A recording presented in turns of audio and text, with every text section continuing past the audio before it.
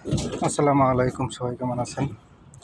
মালয়েশিয়াতে বিসি কীভাবে বাঁধে ছাদের আজকে দেখাবো কীভাবে বিসি বাঁধে। আমরা বাংলাদেশে আমান রড দিই, এখানে কোনো আমান রড দেওয়া না, এখানে বিমের মধ্যে রড কাটতে কাটতে নিচে বেহা দেয়। ওই যে নিচেও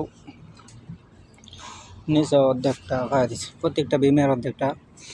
যেখানে যেখানে বিম আছে এখানে এখানে বিমের মধ্যে কাটতে দিব। এটা মালয়েশিয়ার কাজের নিয়মই মনে হয় এটাই। এই যে দেখেন ছোটো একটা বিম, এটা 6 ইঞ্চি বিম।